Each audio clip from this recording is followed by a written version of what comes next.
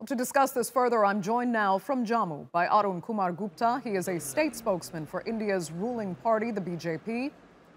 In Barpeta in Assam, we have Abdul Kalam Azad. He is a researcher working with the people affected by the NRC list. And in Mumbai, we have journalist Rana Ayyub. Thanks all so much for joining us. Rana, let me begin with you. What do you think this is really all about? I mean, some supporters of the National Register say there is a need to protect the culture of Assam state that illegal immigrants are disrupting. Others, of course, say this is just outright xenophobia. What's your interpretation? Well, the manner in which this has been done, I mean, you have 4 million people who are disenfranchised overnight. I mean, it reeks of xenophobia because, the way the ruling party frame, the kind of language that it has been using for these people, Bangladeshi infiltrators, there is no definition yet about who is a migrant in the situation. These are people who have been staying in Bangladesh for generations at a stretch. As reports are coming in, there are families of army men who have served in India. Their names are being left out. The former president of India, his kin have been left out in the list. So it's a very arbitrary list. There has been, you do not have any definition for who the people are. Who are the people who you want to have left out in the process? Also, we have to understand that we are approaching election year. The president of the ruling party also wants to ape this mechanism in neighboring states, creating this shrill narrative of nationalism, us versus them. In a way, also covertly targeting the minorities because it's playing this card that the majority of the people, who are illegal migrants also happen to be from the minority communities. It's playing all these cards well. It does not seem like an attempt to weed out people who do not belong there, but also an attempt to kind of create us versus them. Also, the process, there has been no mechanism. It's so arbitrary. You don't know where will these people go, whether they will be deported, whether they will be detained, whether they will be sent back to Bangladesh. Bangladesh has clearly disowned them. So where will these people go? There's no moral compass which has been displayed here. Okay, let me ask Arun Kumar Gupta, how does the BJP justify this? I would like to start that, this process has started in the country. But may I ask you that are we the only country in the world who are trying to talk about illegal immigrants? Are we the only country in the world who are trying to say that let's focus on people, India right now. Who do not belong to that country? Now, what I'm trying to say, please understand that every country in the globe, they are trying to talk about illegal immigrants, irrespective who they are, and they want them to go back to their original countries, whether it's the United States, whether it's United Kingdom, or any country for that matter. So are we doing something which nobody has done till date? No, I mean, this is a process, which we the government has started identifying the people who do not belong to here. They have a system of doing appeal, and then it's a long process. Okay. But what I'm trying to say that why a different color is being given to these kind of things, which are the normal government processes. Okay, Abdul Kalam Azad, let me ask you that. This is just a normal government process that every other country engages in. So what's the problem? See, the problem is that in Assam, the interesting fact is that many Muslim people, Muslim community, even the Bengali Hindus also supported the NRC when it started, because the consensus was based on this fact that these minorities, irrespective of being Muslim or Bengali Hindu, they have been persecuted for a long time in the name of doubtful voters, in the name of suspected illegal immigrants. So they decided that if we get the NRC, at least for once and all, the problem of these people, which, this will put an end. But what happened actually? Once the process started, there have been some exclusionary and discriminatory provisions. I will tell you simply two examples here. When the entire population of the Assam, in the media, will get to know that they applied for the citizenship. But the fact of the matter is that 12 million people, there was a provision of OI, or original inhabitants. Under this provision, as many as 12 million people have been given some sort of free hand without providing any kind of documents. Their name have been included. But on the other hand, the Muslims and the Bengali Hindus, they are also marginalized. Their socio-economic condition is very poor, but they have been forced to go through this, a very stringent verification process. So just the process itself logistically puts a huge burden on the people who have the fewest resources to deal with it. That's what you're saying. Yeah, see, the question is that when even if you see the documents which are asking by the NRC authorities, they are asking for documents of 1971, 51. Many of those documents are not even available with the government. Okay. Let me ask Rana, though, because one of the arguments of the BJP is that they're not kicking anybody out. This is just the first part of this process, and there is now the chance to appeal. If you're on that list of 4 million, it should be no problem. You should somehow be able to prove that there was a mistake. You shouldn't be on this register, and you'll be fine. Why don't you trust the appeals process?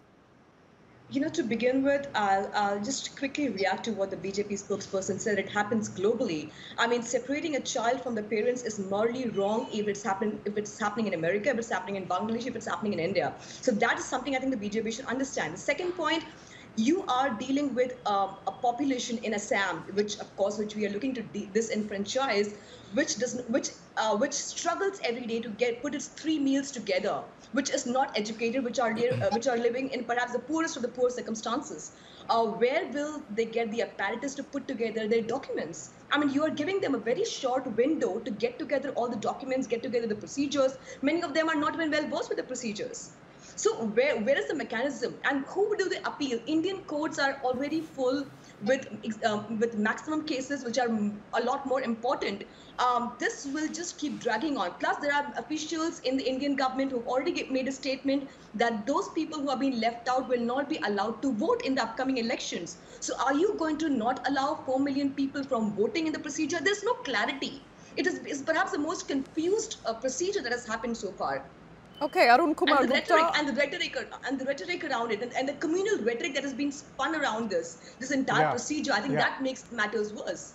Okay, Mr. Gupta, I will let you respond. Go ahead. I'm extremely sorry to say, that the way the color is being given to this whole government exercise is something which should not be seen that way. Please understand, and again I'm repeating, that is Indian government doing something which nobody else has done any part of the world? Is Indian government doing something which is not required? I think Rana was arguing, though, that India has fewer resources to deal with this. I mean, not naming ABC. You have to admit, though, Mr. Gupta, that India my already. point is that India has huge population. Right. We cannot afford these kind of burdens, unnecessary burden. And if I take back you to the history, there has been long agitation in Assam for all these things. Please understand, there is the local inhabitants of the place.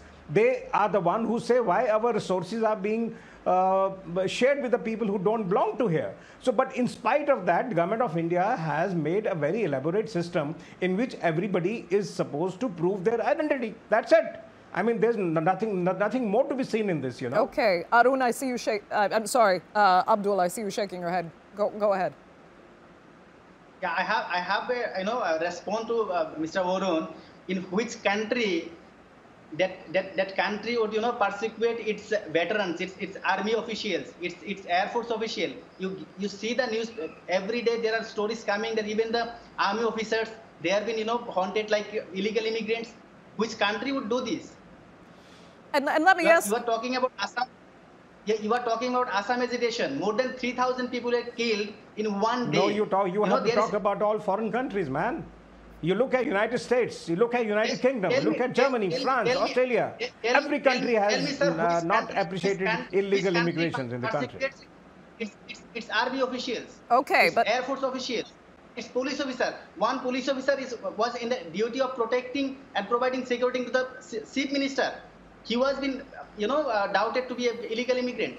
You are only talking specifics. Please understand, we are discussing the subject. We are not talking about specific 1 to 4% what you're talking. We are just talking on a subject, whether the action what is being initiated is the action right or not. We are trying to say this action has Okay, only you're both- been initiated. There's a long way to go. You're talking over There's each a long other, appeal actually, and it's process very to go. difficult to Let's not understand come to either of you conclusion. right now. Let's not So come to let conclusion. me get back to a point here. Mr. Gupta, you know India, you're saying India is just doing the same as every other country on the planet right now, but India has some very specific issues and challenges that countries like the United States and Germany, for example, do not have.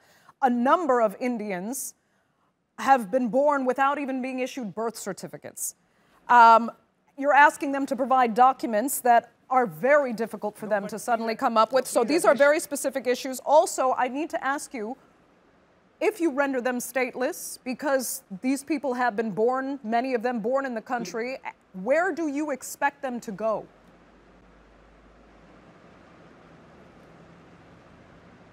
No, but please appreciate that you're talking about the countries who do not have these specific issue. In spite of the fact they don't have, still they are active. In spite of the fact they may not have these kind of complicated issues, still they're very active and they want the illegal immigrants to be deported back. And they are deporting day in and day out. But as far as India is concerned, we are a largely populated country. We definitely cannot afford these things. But again, I'm trying to say that before we come to a conclusion and we come to a final saying that this is happening, we have a process to follow. This only NCR has been made where a lot of impartial working has done. Impartial working has gone into the place, and people have been identified who are there now. Now let them prove. You know what you're saying. People are born here. You're saying people are born here. They have born and brought up here. Fine, that could be one of the justifications of their being there. But that does not mean the government should stop working just because a section of people are not appreciating that.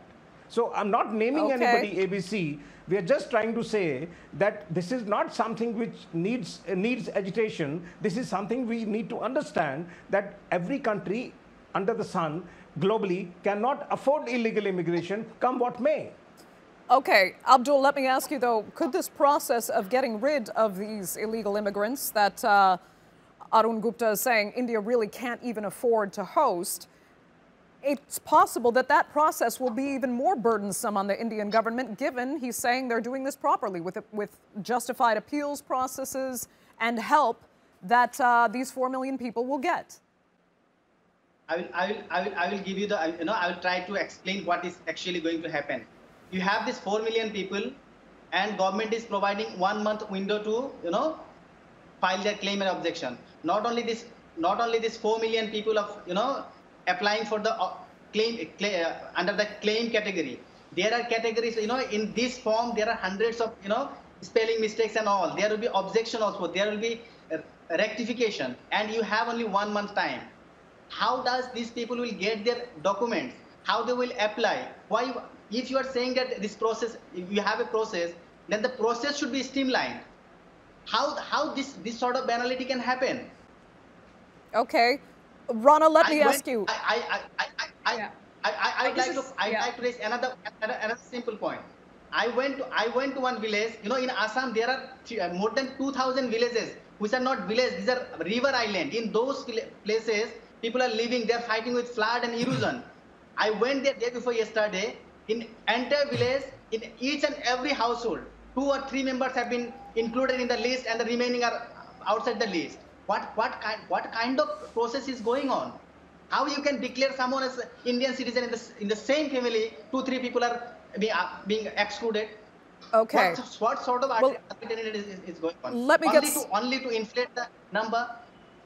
I just need to get some final thoughts then from Rana Ayyub. I mean, how does this get solved, or can we expect it to get even more complicated and confrontational from here on out? But it's going to get more confrontational, more complicated, because the ruling party has made it more political and communal, when instead of solving the issue in Assam, it is now talking about doing an NCR for neighboring states for political benefits.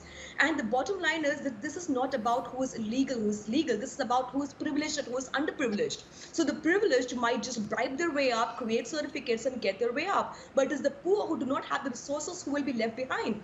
Assam is also the state which witnessed the infamous Nelly massacre in 1983, wherein 2,000 people were killed over this very issue. The government has opened a Pandora's box, and you don't know where it's going to end. This is not going to be a pleasant issue, and it's only going to get worse and complicated. Arun Kumar Gupta, is the BJP then, as is accused, pandering to Hindu nationalists? I humbly would beg to differ what my panelists are saying. Please understand that at this stage, when the process has just started, I mean, giving this a biased opinion and giving a biased angle to this and color is not appreciated at all. Let's see how things are going. But again, let me once again clarify. Please understand that nothing is being done to marginalize anybody ABC, because this is not something which governments do. The governments don't work on these parameters. Government have a very specific, and they want to work on something which suits their country's interest, you know. So looking into all those things, let's not come to a biased, preempted, opinions and getting a biased opinion and giving a color which is really not good. Okay? Okay. Abdul, I'll let you get some final words in. I would request Mr. Arun to come down to Assam, forget about the Muslims, you go to the Barak Valley where most of this, the victims are Bengali Hindu, talk to them, you will get to know what kind of persecution is going on. 102 years old person, he's a Hindu, he was detained in detention center. What? Yeah. Okay. We have a slightly more time, and so I wanted to get to Rana. I mean, if you are talking about specific, please, if you are talking about specifics, please understand that these kind of discussions and debates don't end with the specifics. We are talking on a subject, and subject is loud and clear, that whatever any government under the sun globally is doing, any government for that matter, are they doing wrong? Rest all governments are doing wrong. In case all other governments in the world are doing wrong, then we can have another debate on it, whether this is what is done in India is also wrong. Okay, so Arun let's not go. Kumar, give a different color to the whole debate. Arun we are Kumar talking very Gupta. specific, and what you are talking about a specific case about a village or something is okay. I mean, this is maybe one wrong case is there, but that does not mean the process is wrong. Arun Kumar Gupta, I'm going to have to give you the final word. Unfortunately, we are completely out of time for this segment of the Newsmakers. I'd like to thank all three of you so much for joining us.